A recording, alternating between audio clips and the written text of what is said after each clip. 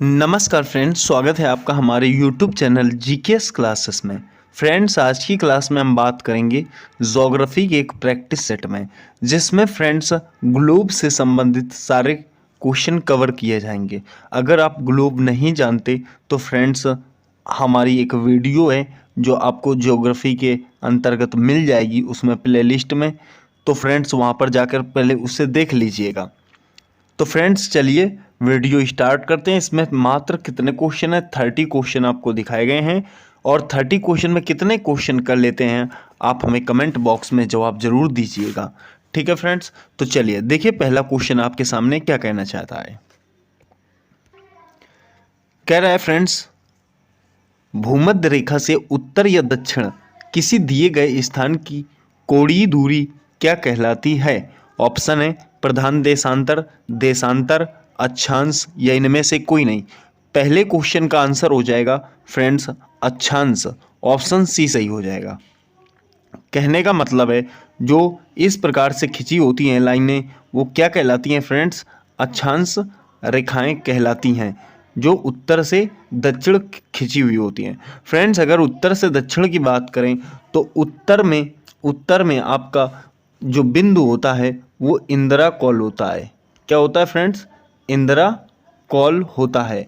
और नीचे जो बिंदु होता है, ऊपर इंदिरा कॉल होता है, नीचे जो बिंदु होता है उसे इंदिरा पॉइंट कहते हैं। ठीक है फ्रेंड्स, क्या कहते हैं? इंदिरा पॉइंट कहते हैं। उत्तरी बिंदु, अगर क्वेश्चन पूछता है उत्तरी बिंदु क्या होता है तो इंदिरा कॉल होता है, दक्षिणी बिंदु क्या होता है तो इंदिरा पॉइंट होता है। ये बात आपको ध्यान रखनी है। चलिए फ्रेंड्स अगले क्वेश्चन की तरफ चलते हैं। देखिए अगला क्वेश्चन है आपके पास क्वेश्चन नंबर 2। कह रहा है निम्नलिखित में से कौन सा वृहत वृत्त का उदाहरण है? कहने का मतलब है वृहत वृत्त का उदाहरण है। तो ऑप्शन है आपके पास, पहला है कर्क रेखा, दूसरा है मकर, तीसरा है भूमध्य और चौथा है आर्कटिक। तो फ्रेंड्स आपको एक बात याद रखनी है, जब आपसे क्वेश्चन पूछे निम्नलिखित में कौन सा वृहत वृत्त का उदाहरण है तो वो है फ्रेंड्स भूमध्य रेखा। भूमध्य रेखा होती है फ्रेंड्स 0 डिग्री पर। भूमध्य रेखा को ही क्या बोला जाता है? विषुवत रेखा भी बोला जाता है, विषुवत रेखा। और विषुवत रेखा में फ्रेंड्स दिन और रात सदैव समान होते हैं। ठीक है फ्रेंड्स, चलिए वहीं बात करेंगे फ्रेंड्स क्वेश्चन नंबर 3 की। क्वेश्चन नंबर 3 जो है आपसे क्या कहना चाहता है उस पर बात करते हैं। ध्रुवों की तरफ जाने पर अक्षांश रेखाओं के व्यास की प्रकृति कैसी होती है? क्या कहना चाहता है? ध्रुवों की तरफ जाने पर अक्षांश रेखाओं के व्यास की प्रकृति कैसी होती है?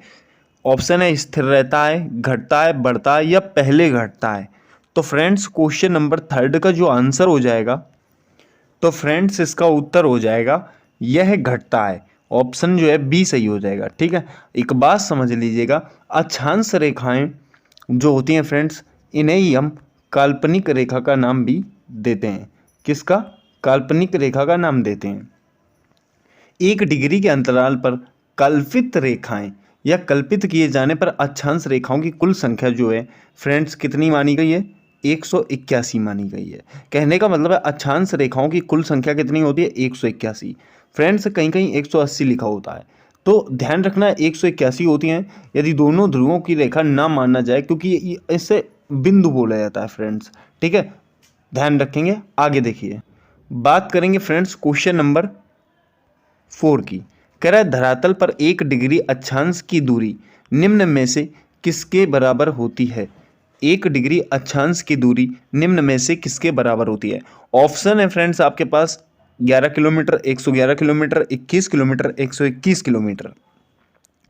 तो याद रखना फ्रेंड्स, 1 डिग्री अक्षांश की दूरी जो है वो 111 किलोमीटर के बराबर होती है। ऑप्शन आपका बी सही हो जाएगा।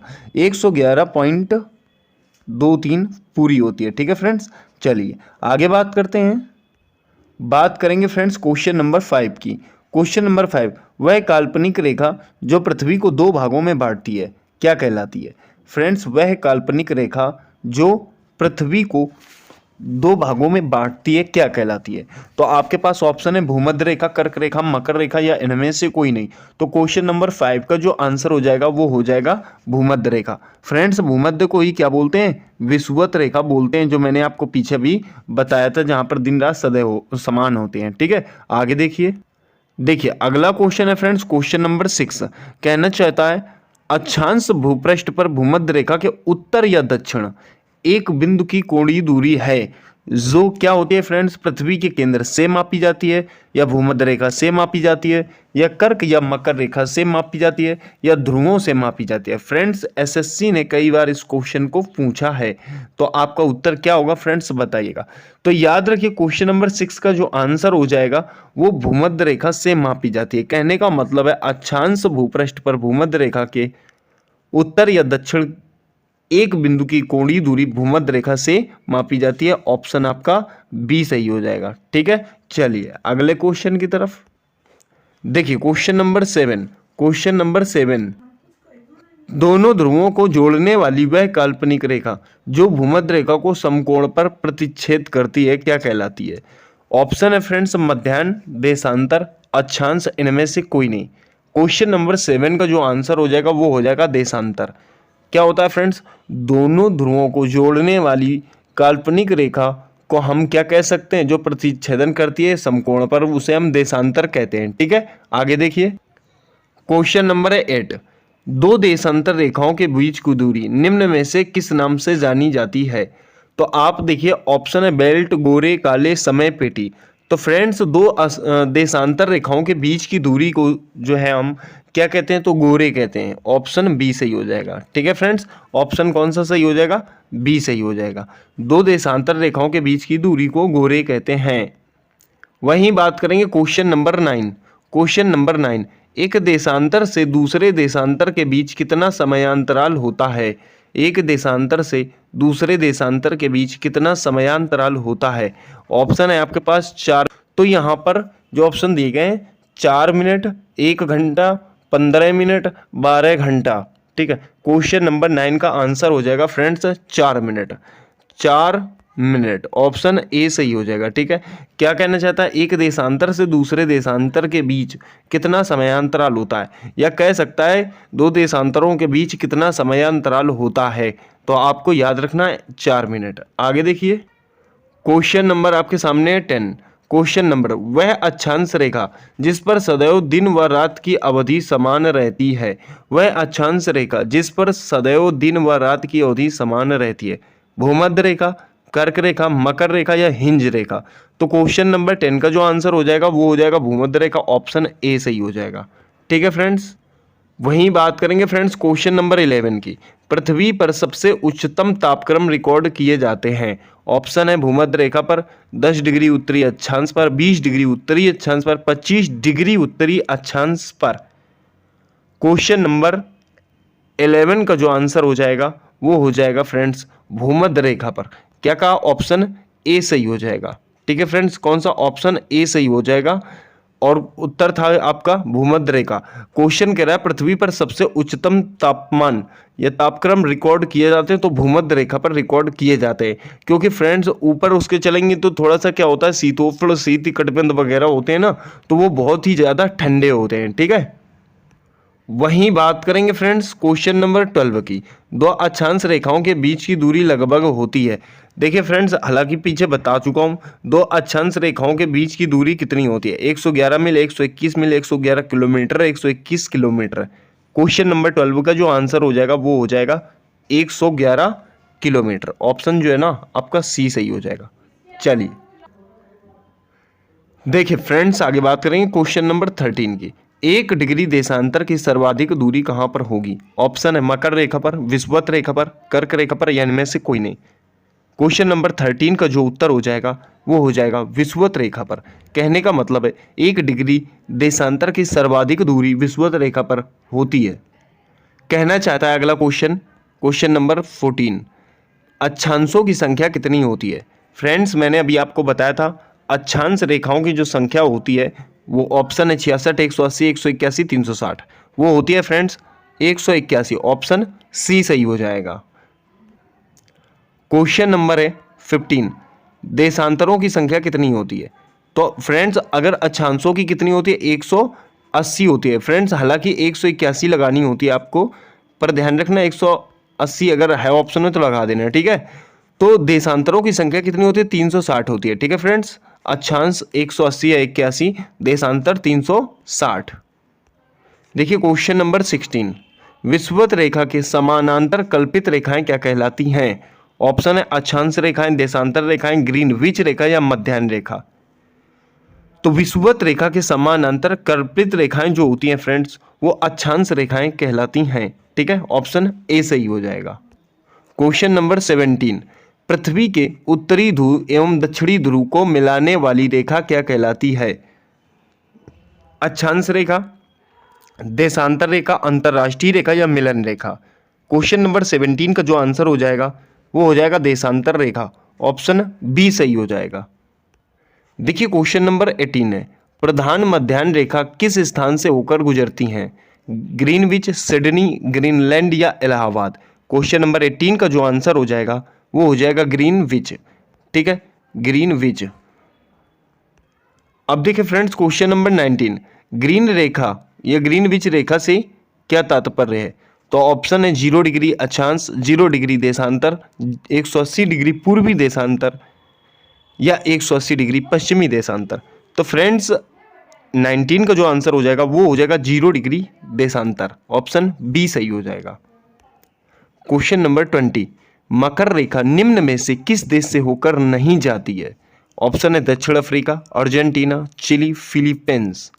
तो फ्रेंड्स जो 20 है इसका आंसर क्या हो जाएगा आपका? फिलीपींस। यहीं से केवल मकर रेखा नहीं जाती, चिली, अर्जेंटीना, अफ्रीका और अन्य भी देश हैं जिनसे जो है आपकी मकर रेखा गुजरती है। वहीं अगर फ्रेंड्स पूरे देशों की बात करें तो आपको याद रखना है फ्रेंड्स, कैप लगाकर मैम वीएस की बीएन मापती हैं। कहने का मतलब है कैप से आपको सीएपी से याद रखना है। देखिए बताना चाहता हूँ सीएपी, तो सीएपी से यहाँ पर आपको याद रखना है सी से चिली, क्या याद रखना है? सी से चिली, ए से ऑस्ट्रेलिया, पी से पराग्वे। अब मैंने कैप तो बताया था, ठीक है, कैप्स तो बता ही चुका हूँ, मैम और देख लो, MEM, मैम। तो मैम की बात करें फ्रेंड्स तो एम से पहले हो जाएगा मोजाम्बिया, एम से मोजाम्बिया, ए से अर्जेंटीना और फिर अगले एम से मेडागास्कर। फिर देखिए फ्रेंड्स एक आ गया मेडागास्कर के बाद आपको देखिए वीएस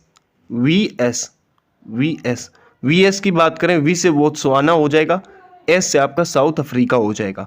दो और बचे फ्रेंड्स, बी एन मापती हैं। बी से आपको ध्यान रखना है ब्राज़ील और एन से ध्यान रखना है आपको नामीबिया। तो कितने फ्रेंड्स हो गए, कितने हो गए? अगर क्वेश्चन पूछता है आपसे कि भाई कितने देश हैं तो 10 है। कितने हैं फ्रेंड्स? 10। कहने का मतलब है मकर रेखा जो है ना 10 देशों से होकर गुजरती है। देखिए 3 तो ये हो गए, ये वाले 3 6 और 2 8 और 2 ये 10। ठीक है फ्रेंड्स, और इसमें फिलीपींस नहीं था। चलिए देखिए क्वेश्चन नंबर है आपका 21, पृथ्वी 1 घंटे में कितना देशांतर घूम लेती है? पृथ्वी 1 घंटे में कितना देशांतर घूम लेती है? 12 डिग्री, 15 डिग्री, 18 डिग्री, 20 डिग्री। तो क्वेश्चन नंबर 21 का जो आंसर हो जाएगा वो हो जाएगा 15 डिग्री, ऑप्शन बी सही हो जाएगा। ठीक है फ्रेंड्स, चलिए देखिए क्वेश्चन नंबर जो है आपका 22, दक्षिणी ध्रुव का अक्षांश है, दक्षिणी ध्रुव का अक्षांश है 70 डिग्री, 80 डिग्री, 90 डिग्री, 100 डिग्री। तो फ्रेंड्स दक्षिणी ध्रुव का जो अक्षांश है वो 90 डिग्री है, ऑप्शन सी सही हो जाएगा। देखिए क्वेश्चन नंबर आपके सामने 23, निम्नलिखित में से किन देशों के समूह से भूमध्य रेखा गुजरती है? किन देशों के समूह से भूमध्य रेखा गुजरती है? तो फ्रेंड्स ऑप्शन आपके सामने दिए गए हैं, ऑप्शन आपके सामने दिए गए हैं। तो 23 का जो सही हो जाएगा ऑप्शन वो कोलंबिया, केन्या, इंडोनेशिया। ठीक है फ्रेंड्स, ऑप्शन बी सही हो जाएगा। कहने का मतलब है ऑप्शन बी सही हो जाएगा। कौन कौन सा है फ्रेंड्स? कोलंबिया हो गया, केन्या हो गया और इंडोनेशिया हो गया। ठीक है, चलिए वहीं बात करेंगे फ्रेंड्स क्वेश्चन 24 की। देशांतरी दूरी 1 घंटे के समयांतराल के बराबर होती है। कहने का मतलब है देशांतरी दूरी 1 घंटे के समयांतराल के बराबर होती है कितनी? तो फ्रेंड्स आप याद रखना क्वेश्चन नंबर 24 का जो आंसर हो जाएगा ऑप्शन देखिए 15 डिग्री, 30 डिग्री, 45 डिग्री, 60 डिग्री। तो फ्रेंड्स 1 घंटे के समयांतराल की बात करें तो 15 डिग्री होगा। कितना होगा? 15, ऑप्शन ए सही हो जाएगा। वहीं बात करें क्वेश्चन नंबर 25, कर्क रेखा कहाँ से नहीं गुजरती है? कर्क रेखा कहाँ से नहीं गुजरती है? ठीक है फ्रेंड्स, तो गौर कीजिएगा, तो फ्रेंड्स ऑप्शन है आपके पास म्यांमार, नेपाल, बांग्लादेश, चीन। आपको एक बात याद रखनी है फ्रेंड्स, जो कर्क रेखा है ना वो 18 देशों से गुजरती है। कितने देशों से? 18 देशों से। इसमें अगर बात करें क्वेश्चन नंबर 25 में, तो केवल नेपाल ही एक ऐसा देश है जहां से नहीं गुजरती है, नेपाल से नहीं गुजरती। वैसे अगर बात करें फ्रेंड्स तो देखिए चीन से भी गुजरती है, बांग्लादेश से भी गुजरती है, म्यांमार से भी गुजरती है, ताइवान से गुजरती है, भारत से भी गुजरती है, संयुक्त अमेरिका से भी गुजरती है, ठीक है, और भी बहुत सारे देश हैं। चलिए आगे देखते हैं। बात करेंगे क्वेश्चन नंबर 26। उत्तरी गोलार्ध में भूधरातल अधिकतम है। उत्तरी गोलार्ध में भूधरातल अधिकतम है कितना? देखिए इसमें डिग्री दिया गया है फ्रेंड्स, 26 का जो आंसर हो जाएगा 30 डिग्री नॉर्थ से 40 डिग्री नॉर्थ, अर्थात ऑप्शन जो है ना आपका पहला वाला सही हो जाएगा। कितना? 30 डिग्री नॉर्थ से 40 डिग्री नॉर्थ। क्या? उत्तरी गोलार्ध में भूधरातल इतना है फ्रेंड्स। चलिए क्वेश्चन नंबर बात करेंगे 27। मानचित्र पर स्थित अक्षांश एवं देशांतर रेखाओं के बारे में निम्नलिखित में कौन सा कथन सही है? दोनों समानांतर रेखाएं हैं, दोनों एक दूसरे को लंबवत काटती हैं, दोनों ध्रुवों पर मिलती हैं या दोनों भूमध्य रेखा पर मिलती हैं। क्वेश्चन नंबर 27 का जो आंसर हो जाएगा दोनों एक दूसरे को लंबवत काटती हैं, ऑप्शन जो है ना बी सही हो जाएगा। ठीक है, देखिए क्वेश्चन क्या कह रहा है, यहां पर दिन तथा रात सदैव समान होते हैं। ठीक है फ्रेंड्स, मैंने आपको पीछे बताया था कि विषुवत रेखा या भूमध्य रेखा पर दिन एवं रात सदैव समान होते हैं। कितने डिग्री पर? तो 0 डिग्री पर। कितने डिग्री पर फ्रेंड्स? 0 डिग्री पर। चलिए आगे देखेंगे।